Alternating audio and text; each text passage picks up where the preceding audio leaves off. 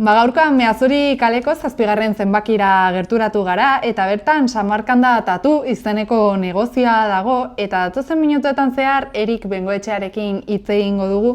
Pixka bat bere proiektuan nola hasi zuen eta tatuajen mundu honetan nola murgildu zen jakiteko, beraz.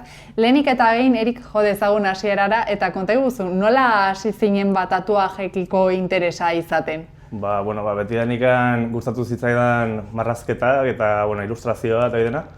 Eta egia da, niretzat txikitan tatuaje bat ikustea zela betirako egindako ilustrazio bat bezala, ez? Zer azkeneko formatua, ez? Niretzako ezin litzake gehiago eskatu. Holako ez zer, orduan betidanikan interesatu zitzaidan jendia tatuajeekin eta beti ikusten nuen tatuajea ilustrazio nahiko simplea bezala, ez? Ez nuen ikusten hainbesteko kalitatea ilustrazio hartan, baina gero denborarekin ikasi dut sintetizatu egin behar dela, ez? Tatuajea egiteko, ezin zara sartu kriston detaile pilakin, eta azkenean dena nahaztu egiten delako orduan. Hori izan dudan ere ikasketa urte hauetan, ilustrazioatik tatuajera bultatzea. Eta interes horretatik nola iritsi zara Samarkanda Tatu izeneko negozio hau montatzera? Izan da bidaia oso luzea. Ni hasi nintzen orain dela 2010an hasi nintzen tatuaje munduan sartzen, bai ikasketakin eta bai praktikak egiten, makina zaharrakin. Baina egia da 2010etik honea, ibili izan du naizela ia 3-4 urte munduan zehar bueltaka. Orduan bueltatu nintzanean makina denak aldatu nintziran.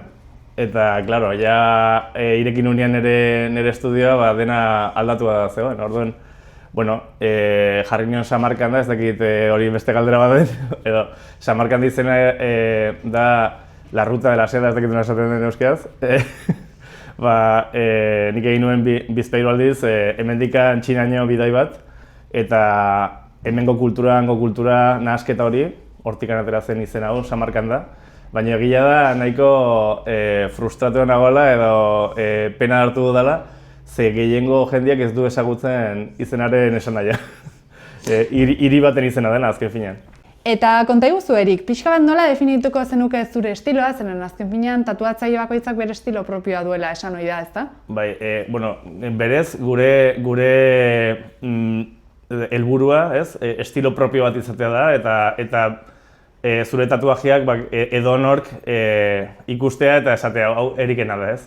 Baina egia da, nik auzoan lan egiten eta denetatik egiten dudala, gehien bat, baina nire estiloa orain ateratzeko edo behintzat aurkezteko, esango nuke euskal mitologia eta Asiako ilustrazioen nahasketa berezi bat dela. Bale, eta konta iguzu, ez dakit azken urteetan tatuajeren mundu guzti honetan aldaketa handirik egon dela nabaritu aldi izan duzun, edo pixka bat norakoa den gaur egungo joera? Gaur egun jende gehienak dauka tatuajeak, baina egia da jendeak gero eta okerrago tatuatzen dela, nire ikuspuntotik. Gauza da nire arteko irakasleak edo esan zidan egun batean, arronengoen, jende asko ikusten zela tatuajeekin, taberna bateko komunetako ateak bezala, ez? Dena pintarra jatuak eta kriston tatuaje txikiekin. Eta egia da, orain dela urte asko jendeak gutxi egiten zuela, baina tatuaje oso pentsatuak, ez? Gaur egun tatuajea ez da gauza merke bat, oraindik ere ezabatzeko zaila da. Eta mingarria da, eta ahal ere, jendeak kriston tatuaje txorrak egiten ditu askotan. Hori da, nire ikuspuntua da, nahi gustatuko litzaidakela, hau da txorrada bat, baina irundarrei igual grazia egiten die. Nire tatuajeak hartalekuko kafete egitekan, piztinaino, zuk ikustia. Ez bauz ikusten ondoko mailan, niretzako ez da tatuaje potente bat. Eta konta iguzu, nolakoa da prozesu guztia? Oda, jendea nola gerturatzen da zure gana? Nolakoa da tatuaje bat egiteko prozesu hori? Ezakit jendea ia da ideiakin etortzen den, hemen lantzen duzen, edo pixka bat nolakoa da? Ostra, oso galdera polita da, ze ni hasi nintzanean bidaso aktibako nola da, bezeroen edo ideia hautan, ez? Komertzioaren ideia lantzen, nik uste nuen, guk esaten diogu walking. Walking da, atetikan sartu eta eskatzea zer, ez? Eta hori, esan beharra dut, ni behintzat ez dutela ezagutu 5 urtetan Irunen walking asko. Gauza da Irun dela bezeroak etortzen da, gehien bat internet bidez, eskatzen dizu argi eta garbi zen nahi duen, eta nik jorratzen dut nire estilua edo nire diseinuak. Baina egia da, ni uste nuela, orain dela 10 urte bezala, etortzen zela jendia, ikustera diseinuak, nirekin hitz egitera, baina hori desagertu da. Eta orain konta iguzu, ez dakit azken aldian joera berezirik dagoen edo bereziki modan ote dagoen zerbait? Orain aldian ikusten dudana da, jendeak nahi duela tatuaje oso finak, tatuaje oso detaile askorekin, baina leku txiki batean. Eta naizta lehenengo egunean oso polita ikusi, tatuajeak dauka etorkizun bat. Eta azala ez da papera bezala, azala ez da imprimatzen duzula horri polit batean eta betirako horla geratzen dira, eta askotan linea edo marra fin horiek, hilea bezala, azkenean fideo bat bezala geratzen die mendikan iruzpaga urtera, eta netzako tatuajeak etorkizun izan behar du. Orduan, moda motzak ez diren netzako, eta ni bilatzen dudana da, mendikan 10 urtera, oraindik ere arro ikusten nire tatuajea, eta hortako linea edo marrak oso sendoak izan behar dira, eta koloreak eta rellenuak eta oidenak oso solidoak, eta no esaten, baina bete-betiak izan behar duzte. Bale. Egin dituzu tatuaje guztien artetik, zein da bereziena zuretzat edo zein den zuri garrantzi gehien ematen diozun tatuaje horiek zeintzuk diren? Orain txekoratu dut bereziena, barkatu. Gauza da, nire diseinu propioak direla netzako arrotasun gehiago ematen diatenak, eta orain dela urte pare bat tatuatu nuen txikitero bat. Ez dakit ezagutzen duzuen ere txikiteroen lana, ardoarekiko egin duan lan luze bat. Eta, tipo batek eskatu zidan hemengo auzoko gizon batek, gizon serio batek, esan zian txikitero bat nahi zuela tatuatu, kolore arroxetan, kolore gorritan, eta, izan duzen niretzako zure kuadro bat tatuatzea bezala. Bigai. Eta konta iguzu, ze aholko emango zenituzke edo pixka bat lehenengo tatuajea egin nahi duten pertsona horientzat edo ideia burua dutenentzat, ze aholko emango zenituzke ezuk tatuatzaile bezala? Bere lehenengo tatuajea. Lehenengo tatuaje normalean jendeak dauzka bi zalantza, ez? Lehenengoa da ze mingarria den edo ez, eta bigarrena da ea damutuko diren edo ez. Eta bi horietako erantzuna netzako erraxa da, lehenengoa ez da hain mingarria, jendeak uste duen bezain mingarria. Egia da, jendeak gustatzen zaiola esatea mingarria dela. Horrek igual ematen dio ez dakit, ez? Beste aspektu bat. Eta ez da mutzeko, interesantena edo izango litzake, ez izatea tatuaje bat ikusi duzulako modan. Ez dela tatuaje bat moda delako edo ikusi duzulako Pinteresten edo ikusi duzulako internet bidez, zure ideia finko bat delako. Ez dakit ongi erantzun dudan, baina... Bai, lasai ez kezkatu. Eta ez dakit, esan ohi da askotan adikzio bezalako bat dela tatuajeak egitea, ez? Behin hasten zarela, ezin zarela geratu. Ez dakit hori egia den, benetan horrela den edo zuk ze pertzepzio duzun? Nik ez diot deus ere sartzen tintari adikzioa emateko, baina egia da, dagoela adikzio psikologiko bat, esango nuke. Ze tatuajea ez da bakarrikan eramaten duzuna azalean, tatuajea da ritual txiki bat bezala. Zuk etortzen zara, atea zeharkatzen duzu, nirekin tatuatzen zara, baina mingarria edo, pixka mingarria den prozesu batean zure aspektua ere aldatzen duzu pixka bat, eta indarra edo empoderatzen dizu pixka bat tatuajeak. Orduan, ritual hori uste dutela adikzio ematen duena, psikologikoki gehien bat. Eta konta iguzu pixka bat, zeintzuk dira tatuatu daitezkeen gorputzeko atalik arraroenak edo pixka bat zeintzuk izaten diren ere ohikoenak? Ohikoenak segurenikan besoak eta hankak, eta arraroenak, ni behintzat tatuatu duten gauzarik arraroenak izan dira hortzoko entziak edo ahoko zapaia, mia, Espainiak, belarriak, bueno, bai. Denetarik azken. Imaginatzen duzun azala baldin badago edo behintzat hortxe tatuaje bat egin daiteke edo.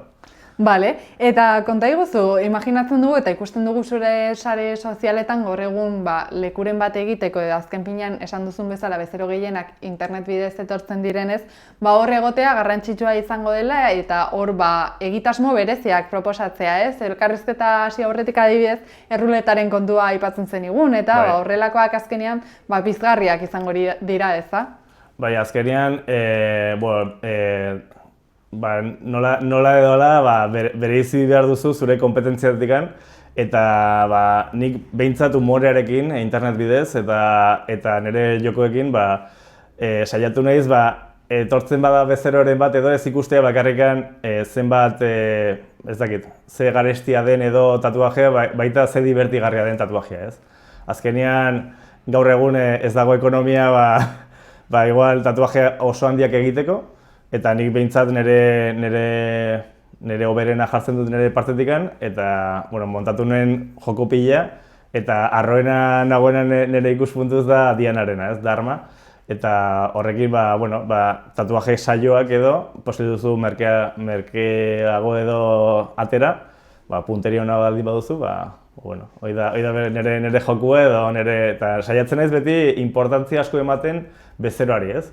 Nire kamaradak edo nire deitzen jot, nire bezeroi, eta saiatzen ez pixkat berezia sentitzea. Azkenean nire lana ez da nik bakarrikan tatuatzea, nik ez banu azalik beste aldian, ez nuke nire lana egiteko almenik edo, ez? Hori da, bai, azken finean halaxe da, eta konta iguzu, azkenean ikusten dugu gaur egun ere, geroz eta lehen ikusten genuen, ez, tatuajeak zerbait infinitoa edo beti irauten zuen zerbait bezala imaginatzen genintuela, gaur egun badira tatuajeak kentzeko edo ezabatzeko edo zuzentzeko joera hori, ez dakit zuri tatuatzaile bezala nola eragiten dizun eta jendearengan erabakiak hartzerako orduan honek ere nola baiteko eraginikote duen.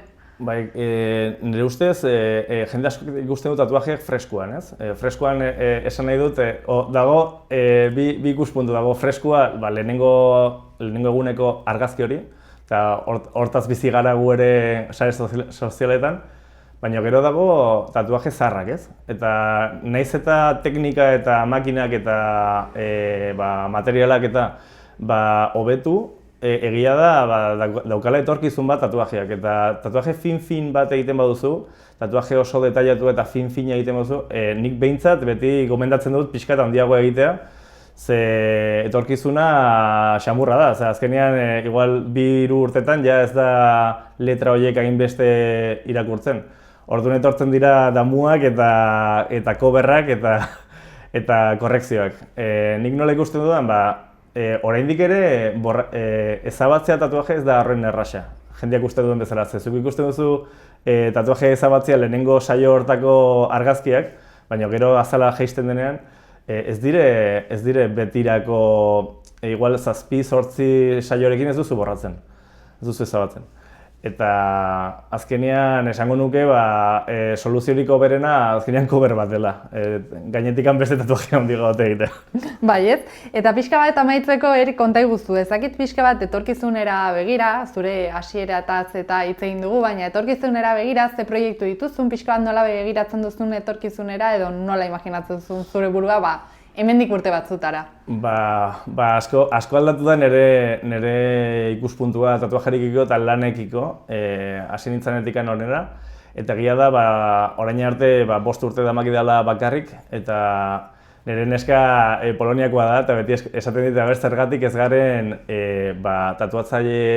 kalitatezko tatuatzaileak juntatzen, ez? Edo ez dakit nola esaten den, grupua egiten, kolektibo bezala. Eta hori Europako ekialdean oso normala da, tatuatzaile kolektiboak izatea, baina Irun hortan oso berezia da. Ikusten baduzu Irunen, ia denak daukate bere estudio propioa eta bakarrikan lan egiten dute, baina amets bezala edo nahiko nuke igual estudio handi bat izatea, kalitatezko tatuatzaileekin, eta behintzat berreskuratzea tatuajearekin harreman hori etortzea dendara, eguna pasatzera ikustea diseinuak, hitz egitea, azken finean tatuatzaileak ere diseinatzaileak gara. Orduan hitz egitea gurekin eta marrazkiak eta artea sakabanatzera emateko leku polit bat Irunen jartzea. Bikain, ideia oso polita, ikusiko dugu etorkizunean hori garatzeko aukerarik duzun, bitartean kontatutako guztia eskertzen dizugu Erik, eta zorte honen hemendik aurrera datozen proiektu guztiekin. Eskerrik asko.